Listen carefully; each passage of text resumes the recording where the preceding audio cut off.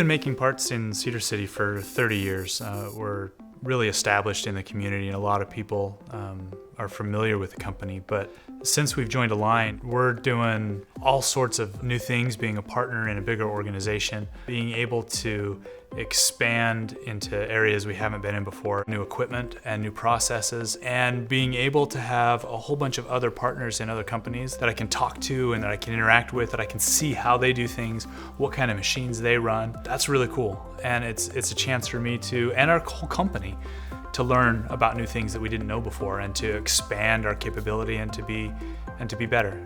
In Cedar City, we've worked really hard to have a wide variety of capabilities. We do our own heat treating, we do titanium hot forming, we do stretch forming, we do chemical processing, we do anodizing, we do paint and finishing, major assemblies. So we've got a really wide range of capabilities. You look at Anaheim and they're huge, large bed machines.